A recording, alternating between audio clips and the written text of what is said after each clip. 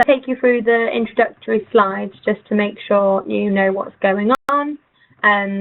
We're getting started now, so please say hello in the chat area. Close everything else down. Please turn your email off.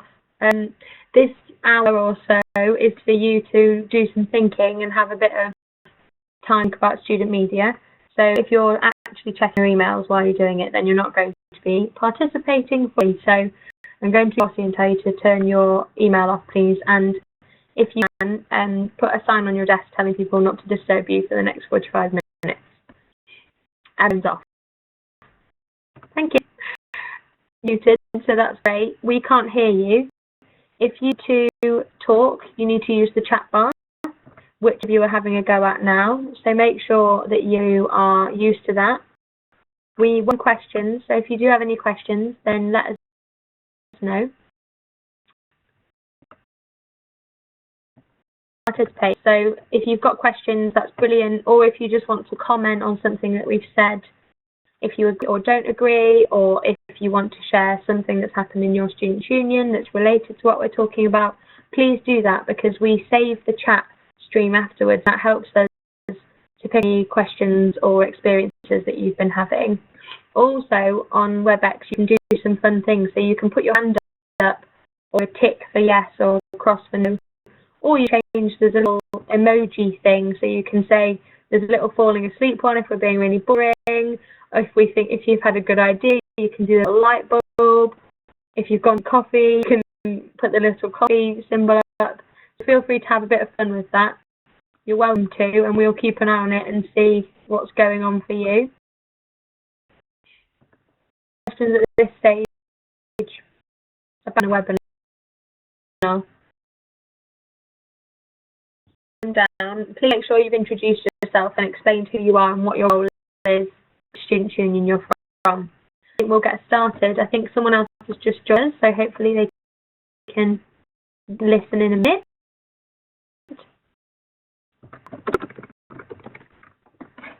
So, moving forward with student media. So actually Sam Uppal, it's just Sam owns the account for NUS because she is our Learning and Development Coordinator. I'm Rosie Soffe, the Union Development Coordinator at NUS. My role covers student media, obviously, all over here, student hearing, clubs and societies, and MAG, and all of the things that we call student opportunities. I do a lot of work supporting Richard Brooks, who is the Vice President Union Development at NUS. And he is really prioritising student opportunities this year, in particular student media, because we know that student media is a really important part of the things you do in your student unions. Laura and Natalie. So, Natalie, would you like to introduce yourself? Hi everyone, I'm Natalie and I'm the press manager at NUS. So I'm responsible for seeing and running the press office, and that I am in charge of managing all of NUS's proactive and reactive media. So that's anything we are selling out in terms of letting outlets in the media know work that NUS is doing, and sometimes the work that students' unions are doing. And then also reacting to things that are on in the media every day. And if people want for us for comments on things that are happening, that's something that I would coordinate with the officers. I also have a press officer in the press office, and I also oversee messaging. So anything that you see going up on NUS Connect or nus.org.uk, that is something that I also oversee as well. Thank you. I'm also joined by Laura from Endsleigh. So Laura, do you want to tell people about yourself? Yeah, hi, I'm Laura Pulley. I work for Endsleigh Insurance Brokers. I've worked there for over 15 years. In those 15 years, I've looked after the commercial insurances of student unions. We insure one of the scheme, which is relevant to today's webinar, is our Directors and Officers Liability Scheme. The majority of student unions have a policy under that scheme, and the element of cover under there, which is relevant today, is defamation, libel and slander for student media. The changes we've had under the scheme, which has led to extra controls being put in place, is we're going to discuss further later on. Yeah, thank you. So that's us. If you haven't yet introduced yourselves, please make sure you do that in the chat bar. it's helpful for me and Laura and Natalie to know who's in the room, but it's also nice for you to be able to see who's talking to and which student unions they're from. So just to understand what we're hoping to cover today, we want to help you to understand the student union's exposure in respect of its legal liabilities regarding student media. So that's what Laura just mentioned. So we're going to talk about defamation and legal liability. We're going to talk to you about some of the right policies and procedures that you ought to have in place to support your student media and to avoid some dispute happening. And talk to you a little bit about identifying ways to build a good relationship and why this is important. Hopefully that covers most of what you're expecting to find out about today. If there's something in particular that you don't think is covered by those 3 learning objectives that you'd like to find out about, then pop that in the chat. I'll do our best to cover it. It's one stage, but we're experts in different parts of this work. One of us are media lawyers, so that if you have quite specific, complex legal inquiries, we may not be able to answer it. But what we can do is we can hopefully put you in contact with somebody afterwards who can, because a selection of really good lawyers on the NUS preferred suppliers list. So what we can do if you do have specific media law inquiries that we can't answer is do that. Hopefully we can answer them though, so please feel free to ask. A little bit about the student media landscape. I think most of you probably know quite a lot about student media, so feel free to put things in chat that you think as well to help us to do that. So we know, and I'm sure you know this, that student media is structured quite differently in different student unions. There isn't a set structure for student media. There's a growing trend for merged student media, and I think that's happening quite a lot this year, where you might add 2 or 3 disparate media groups that you're bringing together and making under one brand. So you might have studio and TV and a print media, some kind of magazine or a newspaper, and they're being merged. Usually, student media is by volunteers. There are a couple where you've got a staff member, and I think a few of you are in the room that support student media. A lot of you will be related to student activities and will have something to do with student media in your remit, but it isn't your whole job. Additionally, we have internships or paid time student staff who run student media. To write how yours is structured in the chat bar, and we can pick up on that when you've written about it. So not just for media students, which is interesting. When I talk to external people, so people who aren't in the student movement about student media, a lot of them assume that it's just run by volunteers who are studying journalism or some sort of media degree. And actually, that's not the case at all, and it's often a student that might be studying history who is just interested in radio or something like that. So that's really interesting. Add in how it's structured in your student union. And you're going to talk to us about national involvement. I am. So unlike national and regional press and media, student media is not censored or regulated nationally. So you probably you may or may not know this, but press is regulated in this country by, it was the Press Complaints Commission, it's now IPSO, and they have an editorial set of lines, and they oversee any disputes. And then obviously Ofcom regulates television and radio, any form of broadcast in this country, and similarly they have a code of conduct, a series of requirements that journalists would need to go through, which is not the case for student media. Media is supported by NUS, so any student outlet is welcome to approach the NUS press office in the same way that any other journalist would, and we can provide quotes or statements or press releases, and we all do proactively send out those things to student media outlets. Our list at the moment is quite out of date, so it's something my colleagues and I are working on to make sure that student media outlets in the country are getting the things that they should be getting from us. Also a set of media associations, which I'm sure a lot of you will be aware of. So there's Student Publication Association, who are the collective group that sort of over student newspapers and magazines.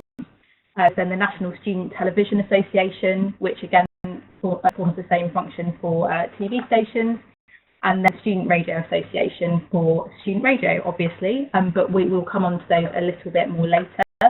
And then there is the National Union of Journalists, which is obviously for all journalists and media professionals working in the UK, but also do provide specific services for student journalists and have a student membership card, which anyone who is either working in student media or studying on a journalism or media course can apply for. Thank you. So, as I said before, feel free to ask questions as we talk. It's useful just to give that overview for those of you that might know quite as much or might be newer to this. We've come from Jasmine to talk about how different student unions fund media. So we'll kind of pick up a little bit on that now. So if you want to explain how you fund student media in your student union on the chat, so each of you that are listening, if you can write that down, that would be really helpful to give us an overview. Student media guide that we're going to be talking about in a moment, so I'll go onto this whole slide that I've already planned.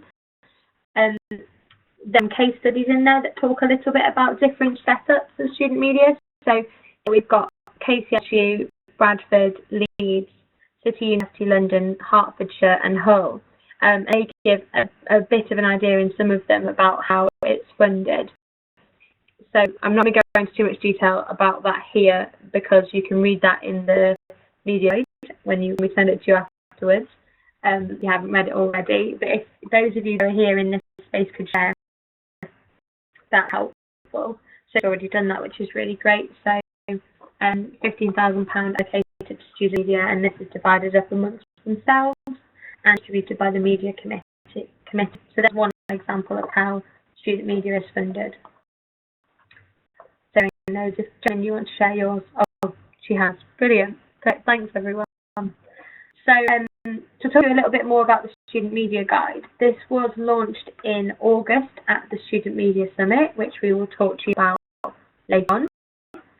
It's been a long time coming. We've spent a long time creating this document. It was one of those pieces of work that I think nobody wanted to finish because it was quite a tricky piece of work to finish because there was lots of complicated things in it. But Lily and Laura persevered, and we have now finished it and launched it. We give all of you a hard copy, so if you would like a hard copy of the Student Media Guide, you can have one, but it's also online on NUS Connect. I'll talk to you in a bit more detail about some of it, but to give you an overview of what it covers, I've got the contents page on the screen, so you can see the contents now. We forward from Michelle, who is the General Secretary of the NUJ, the National Union of Journalists. And we've got a forward from Richard Brooks, so there's not really much more to say about that. It's a forward, so it's just introducing the document. Then we explain what a student union is and what student media is, a little bit more about NUJ. Now, the reason we've explained that is because this document's been designed so that whether you're a student union staff member or officer, or if you work in student media, so if you're a volunteer or a paid person working in student media, it's relevant for you. So the idea behind the guide is they're hoping that there'll be copies in your student union that your bicycle officer or staff member can use, but you can also share it with your head student radio or new volunteers, and just have it as a doc that's useful for people and not just for the student union. Because what we're going to talk about in a minute is a little bit more of how you work between you. That's why we designed it like that. So through the guide, we've also talked a little bit more about the student movement and why student media is important in the student movement. I want to talk about editorial policy, which I'll talk to you a little bit more in a moment. And then we go on to Laura's section from Endsleigh, which is about understanding defamation, which Laura will talk to you about in more detail in a moment. And finally, at the back of the document, there's some interesting advice about if you want to do student media, or if you're a student and you want to get into journalism, there's information about training that you can do, or opportunities that we offer at NUS that you can get involved with. So we think it's a useful document. I hope you do too. And we just wanted to outline what it covers. We're not going to go into detail about the first few bits. We're going to focus more on the student and media relationship, editorial policy, and we're going to talk to you a bit more about some FAQs that Laura's had at Endsleigh, and a little bit more about defamation. So that's going to be helpful for you. And for sharing everything that you've shared so far, that's really helpful. NUJ. Yeah, so as I said earlier, the National Union of Journalists is an independent trade union, and it has over 30,000 members across the UK, and it is the kind of the sole body that that looks at journalists in terms of union representation. So we have a partnership with the NUJ that is largely formed around this piece of work that we've done, and they have said to us that they are happy, to field as many comments as they can from people in student media in terms of giving them advice. Obviously, as Ray pointed out earlier, they are not able to answer specific legal questions in any detail, but they are able to give general advice and kind of help with any queries that you might have arising from individual situations. Another thing that's really useful in the area is the NUJ Code of Conduct. So I've mentioned the IPSO editorial guidelines and also the Ofcom editorial guidelines, which I would always recommend are made available to anyone who's either engaging with or working directly in student media and a students' union, because they're very helpful in terms of general overviews around editorial practice and best practice. The NUJ Code of Conduct also covers a lot of that stuff and has a lot of things in there about what journalists should and shouldn't be expected to do. So that's always really useful to have a look at. So I very much encourage everyone to have a look at that if you haven't already. Another area of work that the NUJ focuses on, which might be particularly relevant for you, is that you do a lot of work around interns. So you might find that people that you're interacting with who are working in student media will also be interning and working in national or local media while they're at university. That's kind of an area to potentially look at as well, just in terms of practice and making sure that people that you're working with are kind of protected outside of a students' union space as well as within one as well. That's really interesting. I heard that you can set up a chapel in UJ. What is a chapel? So a chapel is a collective group of journalists who are in a particular population. So, for example, the Daily Mail will have its own chapel, and that will be headed up by someone who has been voted to represent the members of that chapel, in the same way that a students' it's kind of like a mini students' union in a way, but for media professionals. So will be an NUJ chapel, most likely in every single press or broadcast outlet. And students can set up a chapel for their students' union or for their area, can't they? So if you've got particularly interested students that do that, NUJ definitely would encourage that. And students can also be members of NUJ, so they have to be kind of qualified journalists. A student media journalist is just as valuable, and it would value the membership of NUJ. So that's something that you could offer as an incentive, perhaps, for being involved in student media. Okay, any questions about NUJ, then write them down and we can try and answer them for you. A bit more about what we've talked about in the media guidance around student media and the students' union. Again, I'm going to talk you through everything in detail because this is all written down in the guidance. The purpose of what we're doing right now is to show you that resource is there for you to give you advice and guidance. But I wanted to talk you through some of the more interesting parts of that, I suppose. So what we've done in here is talk you through some of the things that you might want to have in place. So foundations really for supporting student media. It's really important that you check your union's constitution and policies to make sure that there is a reference to student media within that. So however it is that student media is structured in your students' union, that should be referenced in your policies. And you should probably think about when you're looking at your student media, we've highlighted on the screen. So funding is a crucial one. Funding does student media actually receive from the students' union, if any? What is it for, and will this amount be reviewed ever? And if it is going to be reviewed and what the money is for should probably be written down somewhere in policy or a guidance document that you have between the Students' Union and student media. All importantly here, how will students contribute to the decisions made and review of the funding? So we see quite a lot of disputes happening where a decision's been made by the Students' Union and then the students involved haven't been consulted on that. So it's something that's really important, obviously, with all of your student groups, whether they're a society or a sports club or a volunteering group. But we tend to see more disputes coming out of student media than the other groups. That's something that I'd really encourage you to do whenever you're making a decision, is to try and do consulting with the students. Editorial control, this is an interesting one, and Joe has mentioned in the chat that I think it's Sussex that Joe's from, that student media is probably going to be going independent. And we're going to talk a little bit more about that later on. Yeah, so Laura's got some thoughts on which we'll cover later on. And I think Joe can probably talk to us about what's going on in Sussex as well. So in terms of your editorial control, wherever possible, you have that outlined really clearly about if the union is funding student media, what editorial control does that give? And they were quite clear when we were writing the guidance that actually the university should have editorial control over student media, and that the editorial control that the Students' Union has should be clearly outlined, and there should be parameters to that, because actually sometimes student media is at best when it's perhaps not so flattering things about the Students' Union. It's really important to manage and have read when you get into a dispute position.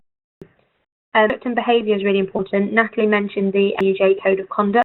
It's a really great starting point if you want to look at the Code of Conduct and Behaviour of your student media. Even if you haven't had problems, it's probably worth having a look at. And the Code of Conduct from the NUJ is a good place to start. This thing that I hadn't really thought of until we wrote the media guidance, but a complaints procedure, if an individual or an organisation wants to make a complaint about something that has been used by your student media, that'd be really clear and transparent, and everybody should know how that goes about and what happens with complaints. So who should they complain to? And again, that will link back to your editorial control. If they're complaining to the Students' Union, I like people to be complained to. Similarly, disputes, how are disputes managed between the Students' Union and student media? However strong your relationship is, there's going to be potential for disagreement, particularly, as I mentioned, if your student media are being necessarily complimentary about the Students' Union. Perhaps they are commenting on something that the sub officers have done or a new policy that has been passed. It's really important to make sure that you've got a dispute agreement, got a way of managing disputes in place before that happens. So that's outlining what we've got in the guidance around this area. Feel free to ask any questions. Has said that she's not sure if she can see everyone's comments, so you are actually sending your comments to all panelists. So if you can change that to all participants, it means that everybody can see it. If you have got it sent to all panelists, so make sure that your chat is set to all participants, and then one can see it. Thanks for that out, Chloe. Do you have any questions about what we talked about? I haven't written everything down that I just said, because as I said, we've got this bullet pointed in the guidance for you to look at in more detail. Okay, so moving on then, let's talk about legal liability, which isn't always the sexiest of topics, but it's very interesting when it's the student media. So, defamation. Okay, so on the slide is a quick definition of defamation.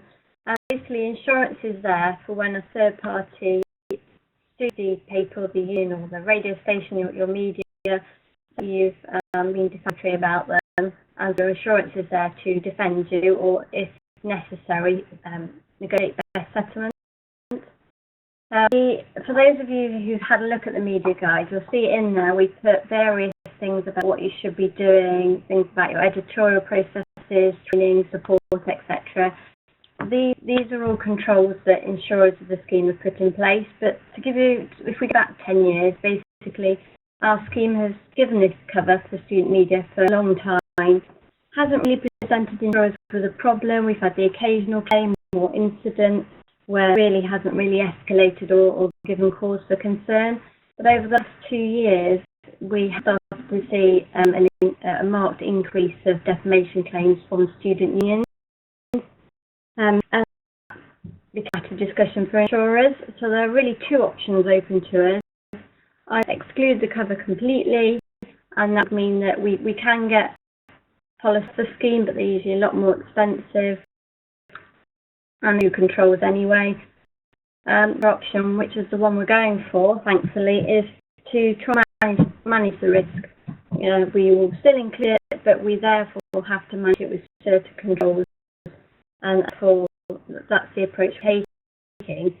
So this past year, actually, I had a long discussion with insurers. I spoke to other insurers as well, not just the scheme insurer. We put the whole scheme out to the market, so I've got plenty of views here. The first thing that was called into question really was the wealth of knowledge and experience of student unions. That's what proved to be the challenge to insurers, getting the exposure in the best light to them, because as you probably agree, there's a very transient nature of student media environment. You've got high turnover of students or staff, student volunteers writing articles as well. And when you compare it to a different type of his office, other media areas, got more of a stable environment, more people that have been there for longer, built on knowledge base, experience, and that's what makes insurers feel comfortable. Insurers feel less comfortable because they feel the environment is perhaps stable. So what we have really alleviated their concerns is first and foremost is training and support, because we want to give your media students the confidence that they, first of all, they can put things out that aren't defamatory, but also do what they need to do.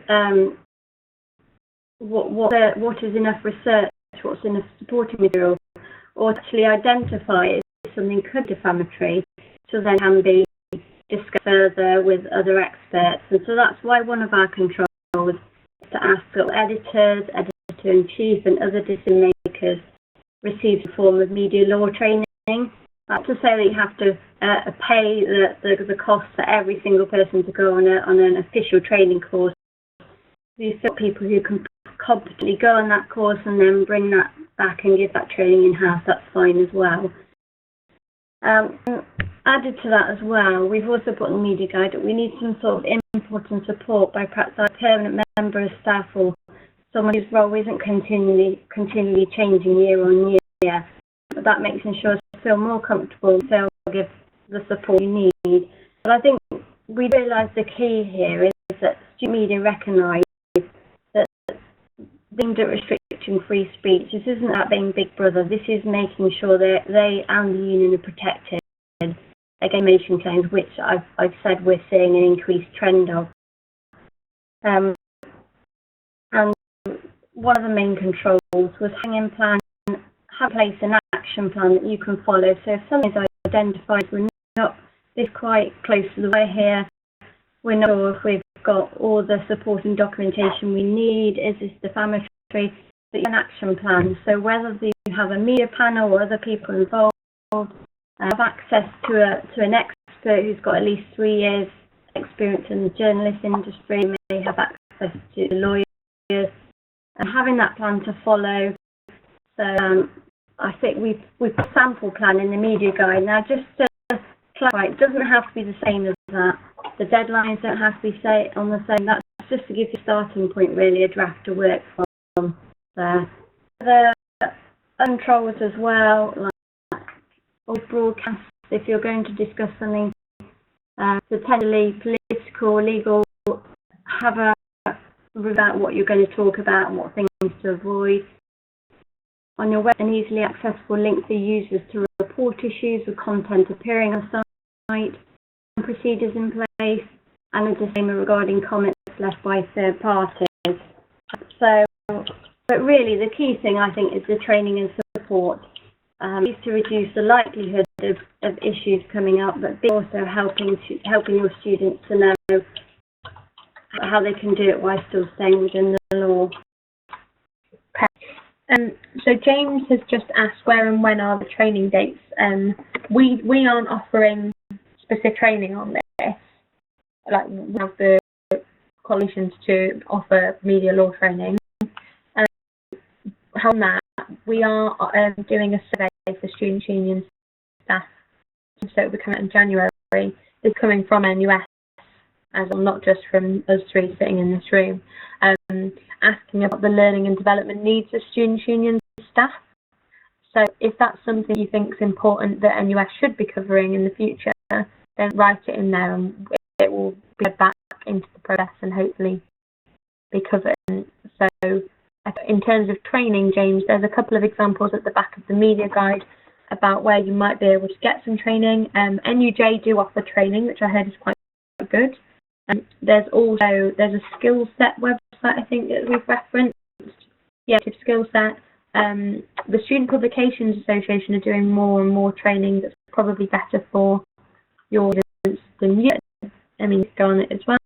And the National Council for Training of Journalists, they offer short courses too. So at the moment, NUS or Endsleigh don't do that training, but there is definitely training available.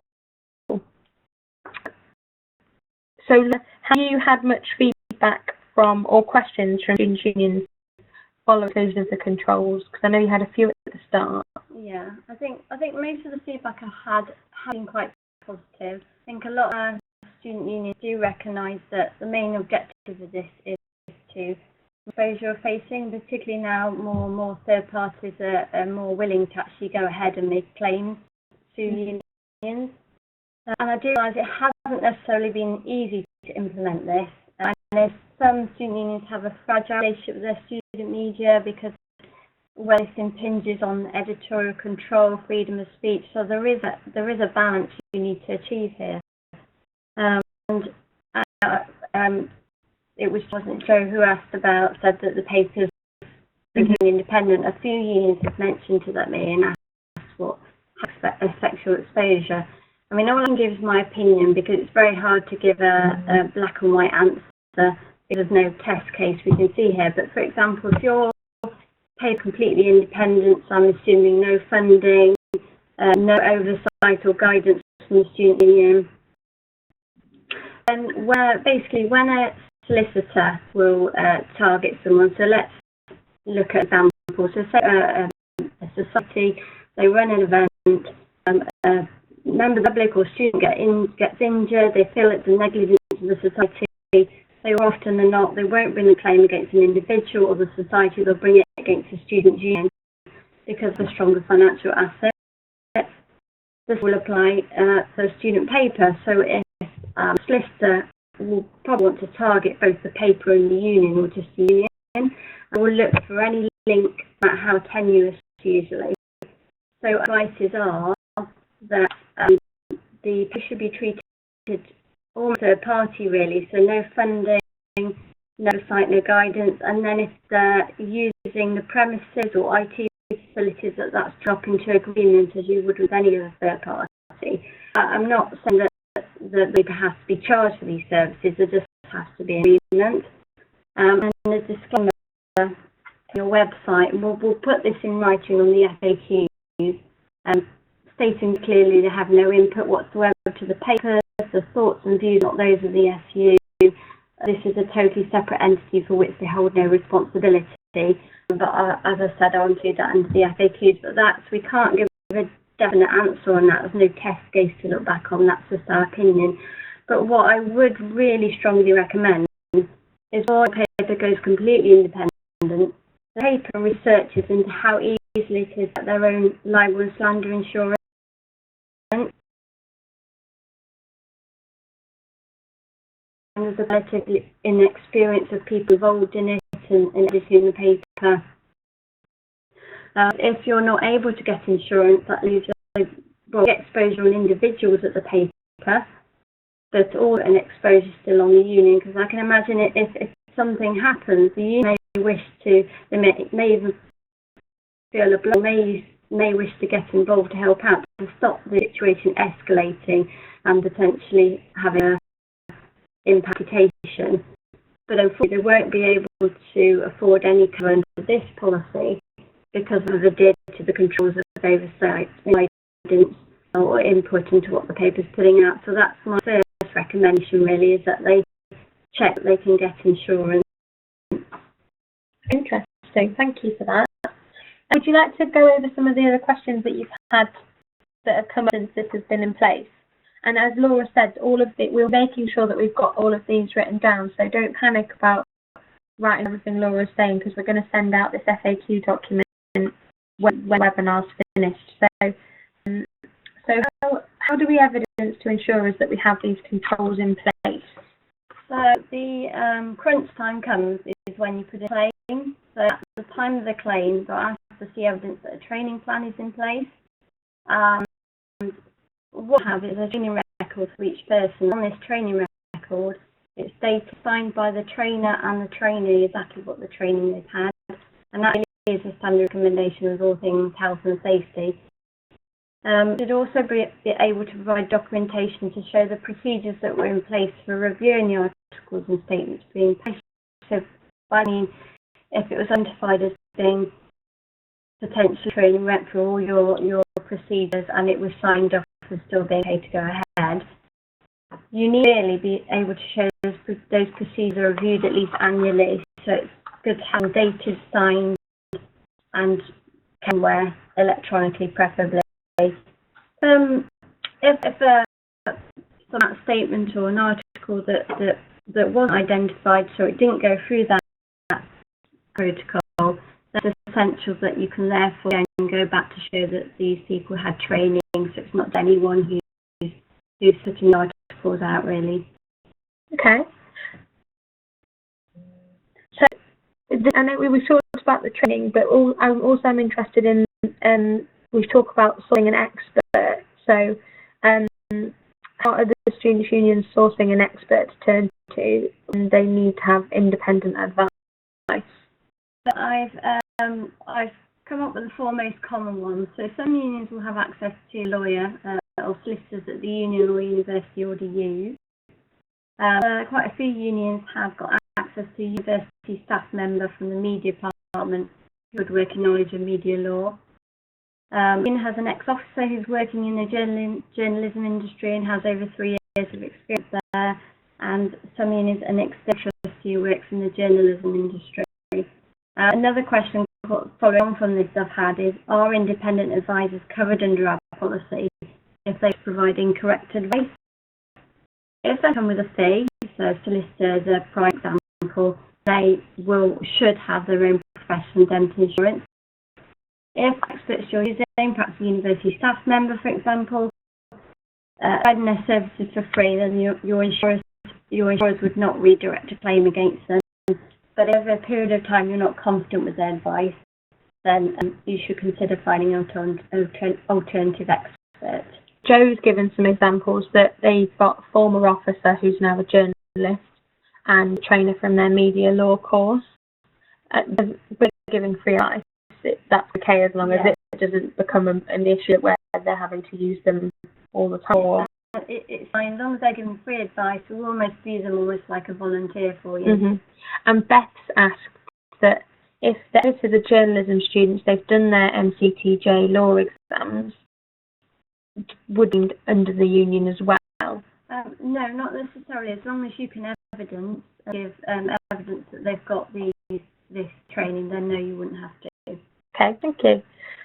About social media, so when we're talking about social media, which is obviously really important and is on the rise, excluded under the policy, can you insure social media?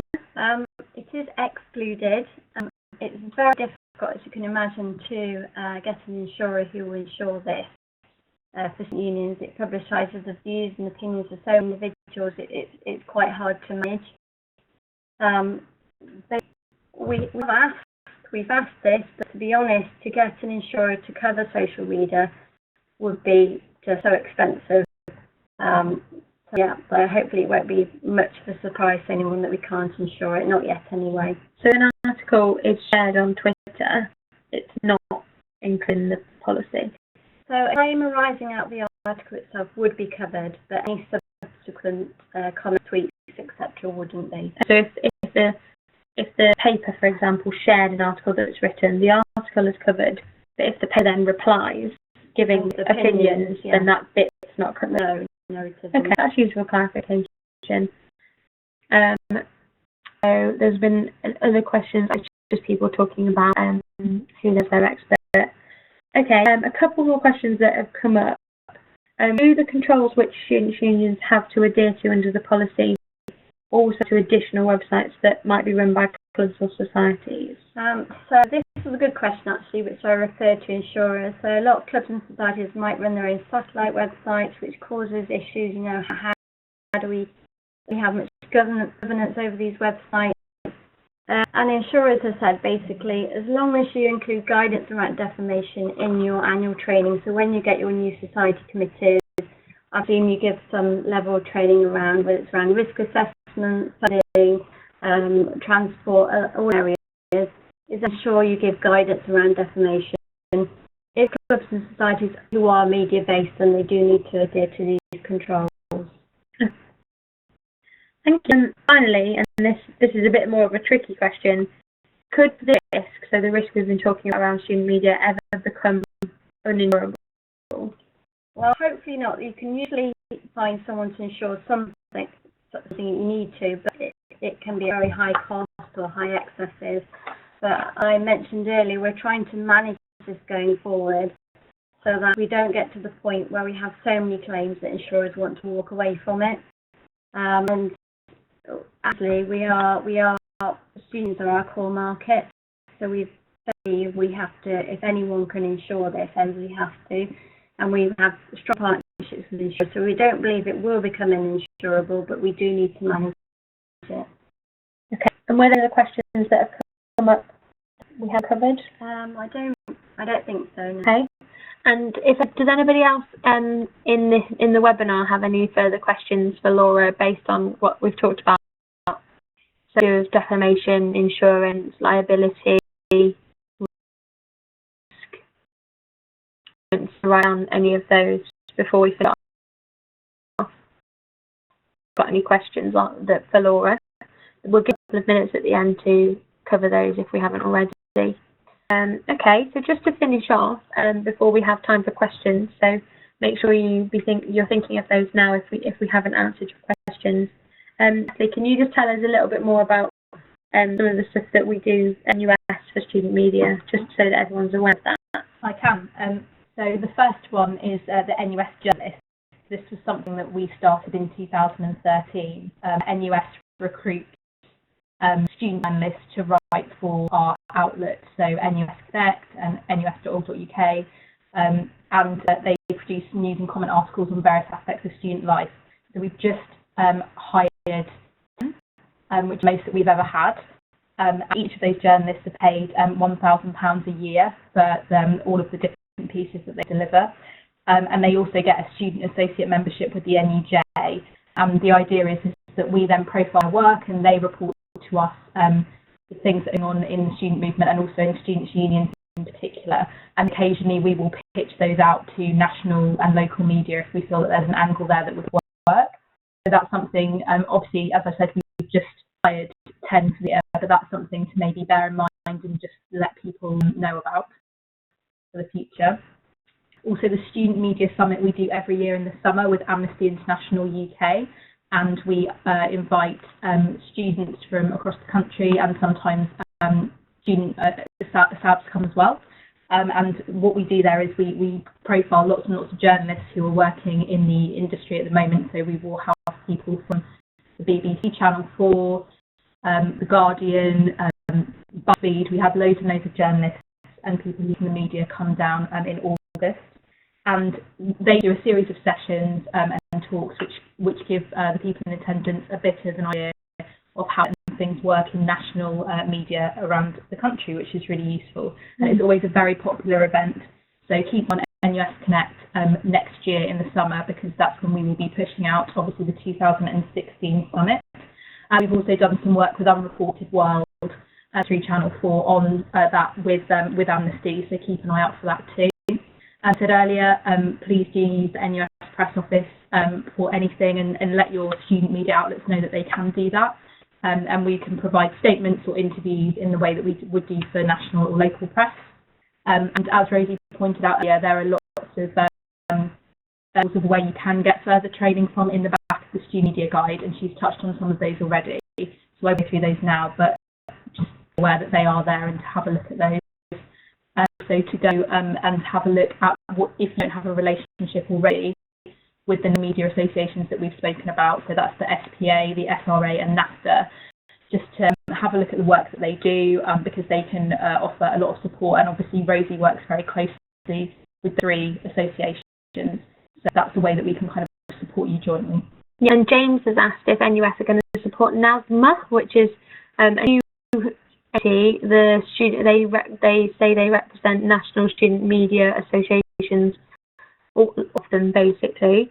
This has come from a couple of different people involved in student media. At the moment, we're not officially supporting NAMA. We're not against it, an idea, but we are having a meeting with SPA, SRA and NAFTA in early January to just make sure that if we are to support it, that's okay with them and that works for them. And if it doesn't work for them, then we're going to work with NASMA to come with something that works for everybody. But if we're honest, NASMA came a bit, it was a surprise to us too.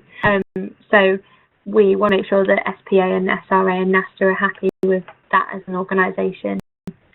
We officially support anything. And just out that the youth summit is also open to staff as well. It didn't used to be, but this year we opened it up to staff. So an opportunity for you to go and develop, go with your students and make sure that that's a useful experience for everybody. And just a reminder on the looking at ways to offer training, an insight piece of work in January, where we're finding out from you what you need from NUS. So if it's something you want, then you need to let us know, please. So yeah, that is it really. We've got a couple of minutes now for questions. If anybody has any questions, follow courses that we're going to send through to you. We can send you a physical copy of the student media guide. If you haven't had one already, can you just make it really clear in the chat bar that you want us to send one to you? And we to you. We'll also send you the slides and the recording of this webinar, which will be on YouTube. And we'll send you a copy of the frequently asked questions that Laura and I talked through a minute ago. And we'll add in any that have come out of today as well. We'll also send you a really quick follow-up survey just to find out what you thought of this webinar, so please complete that. Online you can also see our email addresses, so if you have any further questions for us that you want answering, then you can email us. I have got a couple of minutes now, so if you haven't had your question answered, then please know. And then find the screen if you don't want a physical copy of the media guide, or if you want to just have a look at it now while you're waiting for it to arrive in the post.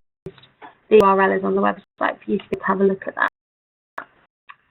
Just a couple of minutes for questions. Does anybody have any questions? As the general protocol for checking articles, what articles do you check? Do they check all print? Do you check before they go online? The general protocol. So,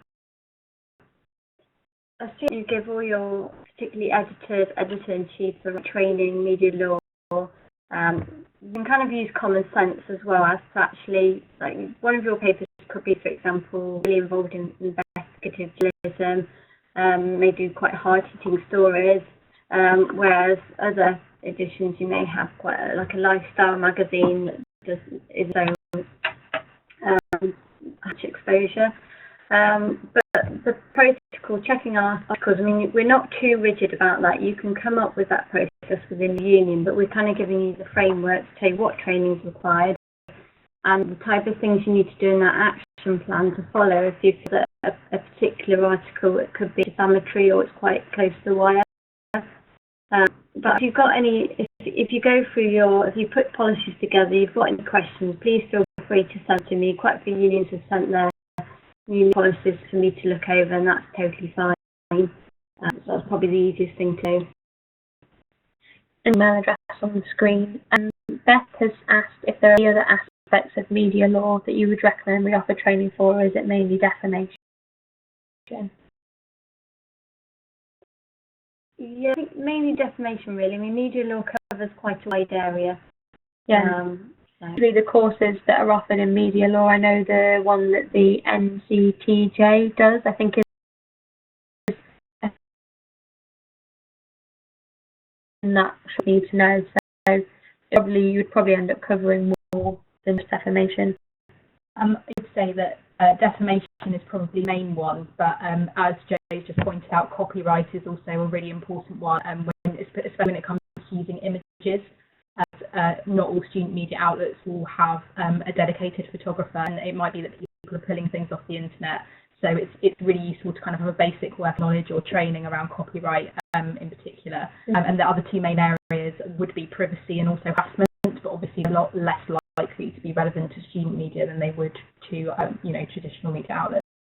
But another important thing to note is infringement of copyright is not included in your Chapter Master's liability policy. For the cover, you need to take out a specific media libel and slander policy. Okay. It's written about a really handy book called McNay's Essential Law for Journalists. That's like the Bible, isn't it, for student media? I would recommend getting a copy of one already if you don't have one. So there are questions. We've got literally 2 minutes before we have to finish up.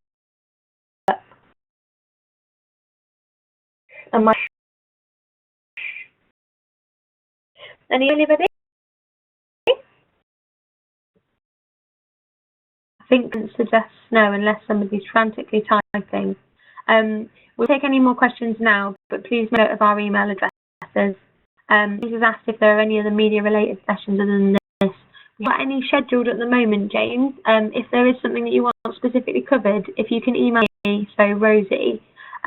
We do run 2 webinars every week, and we're currently finalising the webinar programme for next year, or it is next year now, so January to June.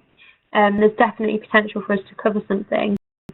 We also run Lead and Change Student Opportunities, which is the training programme for sabbatical officers. So if there's something that you think we should be training SABs in, we could cover that in Lead and Change.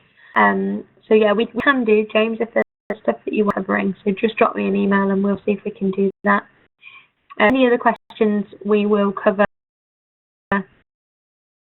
It would be useful to actually have people from NASTA, SLA, and SPA, FBA explaining what they would do. That's a really good idea. We can talk to them. We'll write down.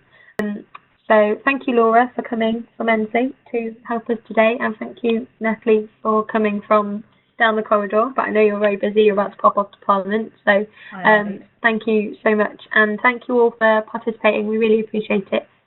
And I'm going to stop recording now, and we will finish off the session.